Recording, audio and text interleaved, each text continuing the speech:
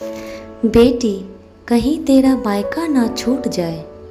माँ, सोहम भैया और कामना भाभी, ऐसे कैसे आप दोनों को यहाँ छोड़कर अकेले जा सकते हैं। माना शहर में भैया को अच्छी नौकरी मिल गई है, उन्हें यह नौकरी ज़रूर करनी चाहिए, मगर आप दोनों को भी उन्हें शहर ले जाना चाहिए। कोमल अपनी माँ पार्वती जी से फ़ोन पर बोली। पार्वती जी बोली, कोमल तू बेकार में इतना सोच रही है, जबकि मुझे और मेरे तेरे बाबूजी को सोहम और कामना के जाने का इतना दुख नहीं है, बल्कि हमें तो खुशी है कि सोहम को वहाँ ज़्यादा सैलरी मिलने वाली है। बेटा, पैसा हर मर्ज की दवा है, बस मेरा बेटा और बहू वहाँ खुश रहे। सोहम कब से इस नौकरी की तलाश में था और आज उसका यह सपना पूरा होने जा रहा है। कोमल बोली, माँ, इस उम्र में आप और बाबूजी अकेले कैसे रहोगे? आप लोग यहाँ दिल्ली आ जाइए मेरे साथ रहने के लिए। आखिर एक बेटी का भी तो अपने माता पिता के प्रति फर्ज होता है। पार्वती जी बोली, नहीं बेटा, कैसी बातें करती हो। भला हम बेटी दामाद के घर रहे अच्छा नहीं लगता है। तेरा अपना भरा पूरा परिवार है, तेरे ससुराल वाले क्या सोचेंगे। तू अपनी गृहस्थी अच्छे तरीके से संभाल रही है, हम इसी में बहुत खुश हैं। तो फिक्र मत कर हमारी बेटा, कभी कभी हम हो आया करेंगे सोहम के घर भी। सोहम तो अभी साथ चलने कह रहा था, मगर हमने ही मना कर दिया। आखिर इतना बड़ा घर छोड़कर वहाँ 2 कमरे फ्लैट में रहना शायद मुश्किल हो। और हाँ बेटा, भाई भाभी से कुछ कहना मत, कहीं उन्हें बुरा लग जाए। हम दोनों ने उन्हें जाने की इजाज़त दे दी है और तू भी एक बार उनसे मिलने आ जा, बस इसीलिए फ़ोन किया था।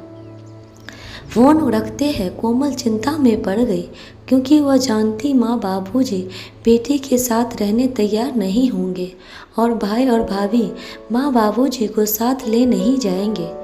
अब इस उम्र में माँ बाबूजी को अकेले छोड़ने का मन नहीं था कोमल का, इसीलिए उसने सोहम को फ़ोन करने का सोचा, मगर पार्वती जी का फिर से फ़ोन आ गया और बोली, तुझे तेरी कसम कोमल, अगर तूने अपने भाई को फ़ोन करके हमें साथ ले जाने की बात कही।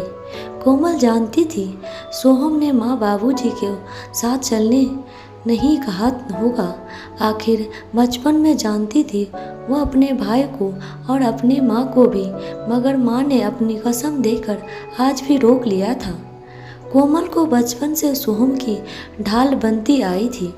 माँ पार्वती जी जब बचपन में दोनों भाई बहन का झगड़ा हो जाता, तब भी माँ सोहम का ही पक्ष लेती। वजह बस यही थी कि घर का वारिस सोहम था और लड़का भी, जिसके लिए शायद माँ पापा ने कितनी दुआएं मांगी होगी। कोमल बचपन से बोलने में बहुत ज़्यादा बेबाक थी। वह माँ से बहुत बार लड़ पड़ती और कहती, आप हमेशा गलत बातों में ही भी सोहम का साइड लेती हो। क्या आपको अपनी बेटी से बिल्कुल भी प्यार नहीं है? माँ पार्वती जी जैसे तैसे बात संभालती और कहती, बेटा, सोहम तुमसे छोटा है, उसे माफ़ कर दिया करो। और सोहम बचपन से ही बहुत शैतान था। उसकी शैतानी को माँ का श्रेय मिलने से वह और भी बिंदास हो गया था। कोमल कहती, माँ, आप जब तक सोहम को डांटोगी नहीं, वह नहीं सुधरेगा। मगर माँ बेटे के प्यार के आगे बेबस थी। सोहम को कभी माँ बाबूजी से वो लगाव ना था जो लगाव कोमल को अपने माँ बाबूजी के लिए था। मगर माँ बाबूजी अपना सारा प्यार सोहम पर ही लुटाते और ज़्यादातर माँ, क्योंकि सोहम माँ को अपनी मीठी मीठी बातों में फंसा लिया करता था। कोमल के जन्म के लगभग 10 साल बाद सोहम का जन्म हुआ था।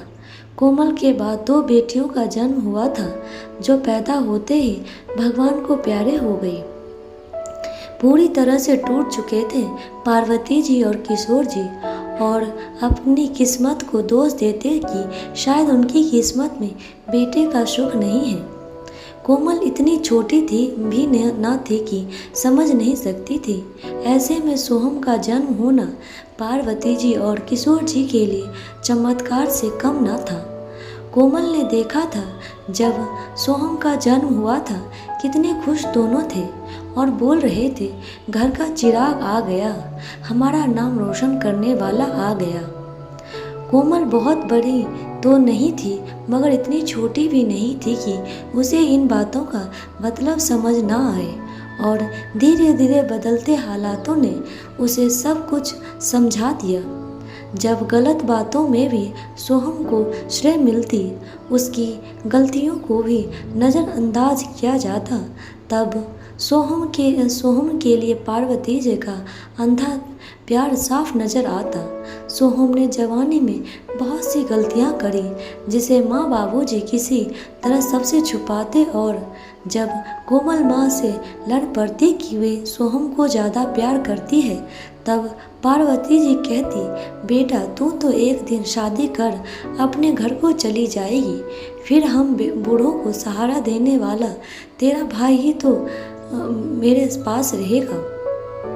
इसीलिए उसकी गलतियां भी बर्दाश्त कर लेती हूँ। जानती हूँ मैं भी कि वह बहुत शरारती है, मगर इतने सालों बाद आया है हमारे ज़िंदगी में, तो सब कुछ जानते हुए भी नज़रअंदाज कर लेती हूँ। एक दिन कोमल जब कॉलेज से घर आने निकली तो सोहम की एक लड़की दोस्त रास्ते में मिल गई। ढेर सारी बातें हुई। बातों बातों में वो बोली, दीदी अब कैसा है आपके माँ बाबूजी का व्यवहार? अभी भी सोहम के साथ इतने सख्त है या कोई बदलाव है? बेचारा सोहम कितना दुखी रहता है। वो तो अच्छा हुआ दीदी कि हम लड़कियां मिलकर उसे आश्वासन देती हैं, वरना कब का टूट गया होता सोहम। कोमल हैरानी से बोली, माँ बाबूजी सख्त, और वह भी सोहम के साथ? वह बोली, दीदी सोहम ने भी फ्रेंड्स को बताया था कि किस तरह घर में उसे दुर्व्यवहार सहना पड़ता है। आपके माँ बाबूजी भी उसे बहुत त्रास देते हैं, कोई घर में उससे प्यार नहीं करता, मगर आप चिंता मत करिए, उसकी बहुत सारी फ्रेंड हैं जो उसे सपोर्ट करते हैं। जब कोमल ने घर आकर सोहम से पूछा तो सोहम हकलाने लगा। कोमल के लाख पूछने के बाद सोहम बोला, वो दीदी मैं तो बस लड़कियों की सिंपैथी लेना चाहता हूँ, इसलिए बाहर थोड़ा झूठ बोल देता हूँ। कोमल को सोहम की बात पर बहुत गुस्सा आया। मन तो कर रहा था कि जाकर माँ बाबूजी को सब सच बता दो, मगर वह जानती थी यह सब सुनकर माँ बाबूजी का दिल टूट जाएगा, खासकर माँ जो बहुत प्यार करती है। मैं उस नालायक बेटे से यह सोचकर उसके कदम वहीं रुक गए। सोहम ने अपनी मनपसंद लड़की से शादी की। कामना भाभी बहुत मॉडर्न थी। कोमल शुरू में जानती थी कि वह माँ बाबूजी के साथ नहीं रहना चाहती है, मगर माँ बाबूजी सोहम और कामना से इतना प्यार करते थे कि कोमल कुछ बोल ना पाई। धीरे धीरे दोनों सास बहू में अनबन होने लगी। दरअसल कामना भाभी भी सोहम की तरह पार्वती जी को कभी इज्जत ना दे पाई, और यह बात पार्वती जी को खलने लगी। अपने बेटे को तो उन्होंने सर पर चढ़ा रखा था, बहू को भी बहुत प्यार दिया, मगर बहू ने उनके सारे अरमानों का गला घोंट दिया। पार्वती जी दिन भर कामना भाभी के दोनों बच्चे संभालती, मगर पार्वती जी के इतना करने के बावजूद भी कामना भाभी को बस अपनी माँ के प्रति लगाव था। हर वक्त अपनी माँ के गुणगान गाना उनकी आदत थी, जो बात पार्वती जी को चुभ जाती। कोमल जब भी साल में एक बार दो बार मायके आती, उसे भी कामना भाभी का अपनी माँ के लिए यह व्यवहार बहुत खलता। वह माँ से कहती भी कि माँ कामना भाभी आपको हमेशा कमतर आंकती है, आप उन्हें कुछ कहती क्यों नहीं? पार्वती जी कहती है, बेटा बोलकर मैं अपना सम्मान खोना नहीं चाहती। तब कोमल कहती, माँ सम्मान करते ही कहाँ है, आपके बेटे और बहू आपका जो आप खोने की बात कर रही हैं। पार्वती जी बोली, कोमल अब क्या करूं? जैसे भी हैं दोनों मेरे अपने हैं। अब जैसी मर्जी उनकी, यह मेरे साथ व्यवहार करे, मुझे तो सहन करना ही पड़ेगा ना। बड़ी दुआएं मांगी थी इस बेटे के लिए, मगर मैं भी कहाँ जानती थी कि मुझे वक्त ऐसे दिन दिखाएगा। मगर तो कुछ ना कहना तेरी भाभी से, वरना कहीं तेरा मायका ना छूट जाए। कोमल भी जल्दी कुछ ना कहती और वापस अपने घर लौट आती। एक दिन कामना भाभी का कोमल पर फ़ोन आया था और वह कहने लगी, दीदी माँ सिर्फ चुपचाप सुनती हैं, ज़्यादा कुछ बोलती नहीं है, ना ज़्यादा हंसती है, कभी कभार तो मुंह फुला देती है और घर में आएगा तो वह सोचेगा कि हम माँ को दुखी देते हैं। कोमल बोली, भाभी माँ की आदत कम बोलने की है, तुम जानती हो, और यह रही बात मुंह फुलाने की, तो भाभी आपको ऐसा लगता है कि वह मुंह फुलाती हैं, जबकि सच तो यह है कि आपने उन्हें कभी समझने की कोशिश ही नहीं की। आप उनकी बातों का बस हाँ या ना में जवाब देती हो। माँ के इतना करते हुए भी आप बस अपनी माँ के गुणगान गाती हो। कामना बोली, दीदी आप भी माँ की साइड ले रही हो। बस मेरी माँ मेरे लिए बहुत करती है, यह बात आप भी अच्छे से जानती हैं। कोमल बोली, बस यही बात बार बार बोलने की वजह से आज मेरी माँ इतनी शांत हो गई है। माँ ने कुछ ज़्यादा क्या कुछ नहीं किया है आपके लिए, आपको अपनी बेटी से ज़्यादा प्यार और सम्मान दिया, मगर आप बदले में उन्हें हमेशा सुनाती रही, एक पल की खुशी ना दे पाई। आप उन्हें भाभी, आप दोनों पति पत्नी जब भी आपके मायके वालों के साथ घूमने जाते हो, आपके दोनों बच्चे को मेरी माँ संभालती है। आप दोनों हमेशा 1-2 हफ्ते के लिए जाते हो, ऐसे समय में बच्चों के टिफ़िन, नाश्ता, उन्हें तैयार करना सब कुछ माँ ही करती है, मगर आने के बाद आप उनकी तारीफ़ तो नहीं करती, मगर नीचे सोसाइटी में बैठकर बुराइयां ज़रूर करती हो। जब यह बातें माँ को किसी और से मुंह से सुनने को मिलती है तो उनके दिल को बहुत ठेस पहुँचती है। आपकी माँ के हाथों के बने खाने की आप दिन में 10 बार तारीफ़ करती हैं, मगर मेरी माँ के बने खाने को आप कोस कर कहती हैं कि खाने में कोई स्वाद ही नहीं है। भाभी, मेरी माँ की उम्र और आपकी माँ की उम्र में 18 साल का अंतर है।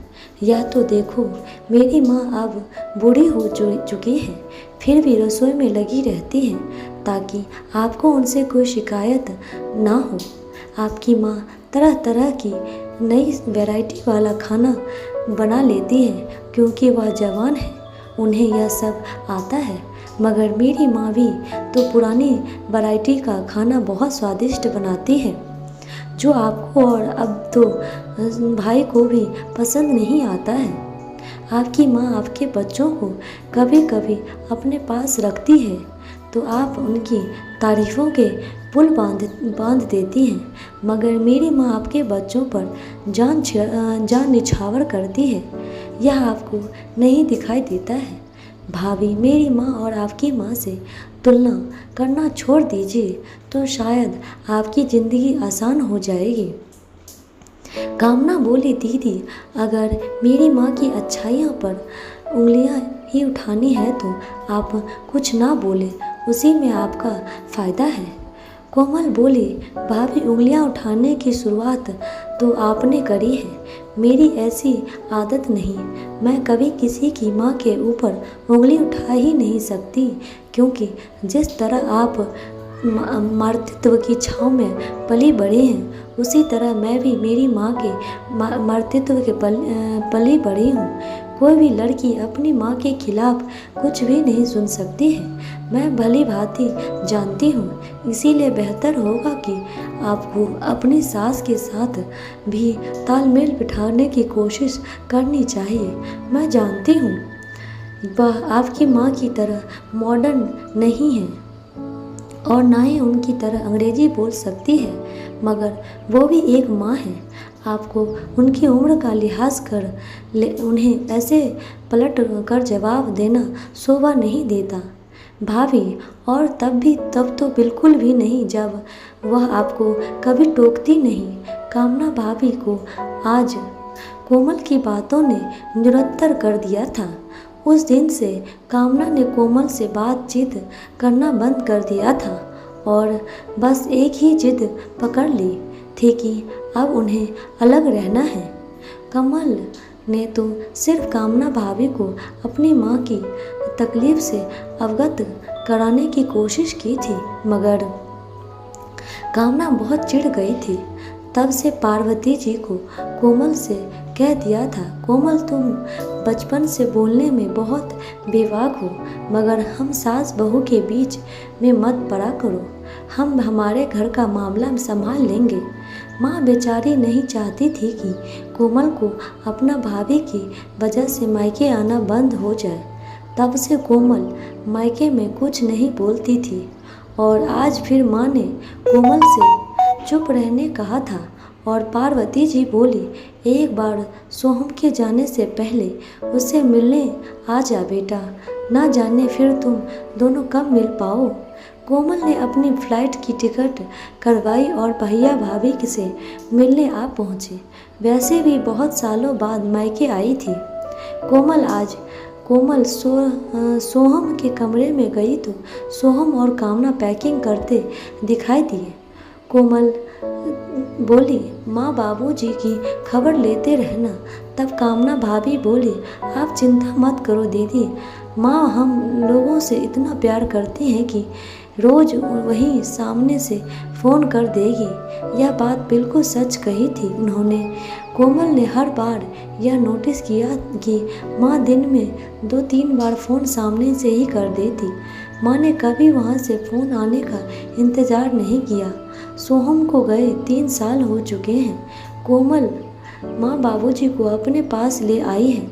सोहम और कामना भाभी ना तो कभी माँ बाबूजी को वहाँ ले जाने की बात करते हैं और ना ही यहाँ खुद आने की बात करते हैं। बचपन से पक्षपात करती आई तुझमें और सोहम में शायद ज़्यादा प्यार सोहम किया, जिसकी सज़ा आज पार्वती जी बोली, कोमल तू सही कहती थी, मैं तुझे मिल चुकी हूँ, हमेशा के लिए छोड़ गया सोहम मुझे और तेरे पापा को।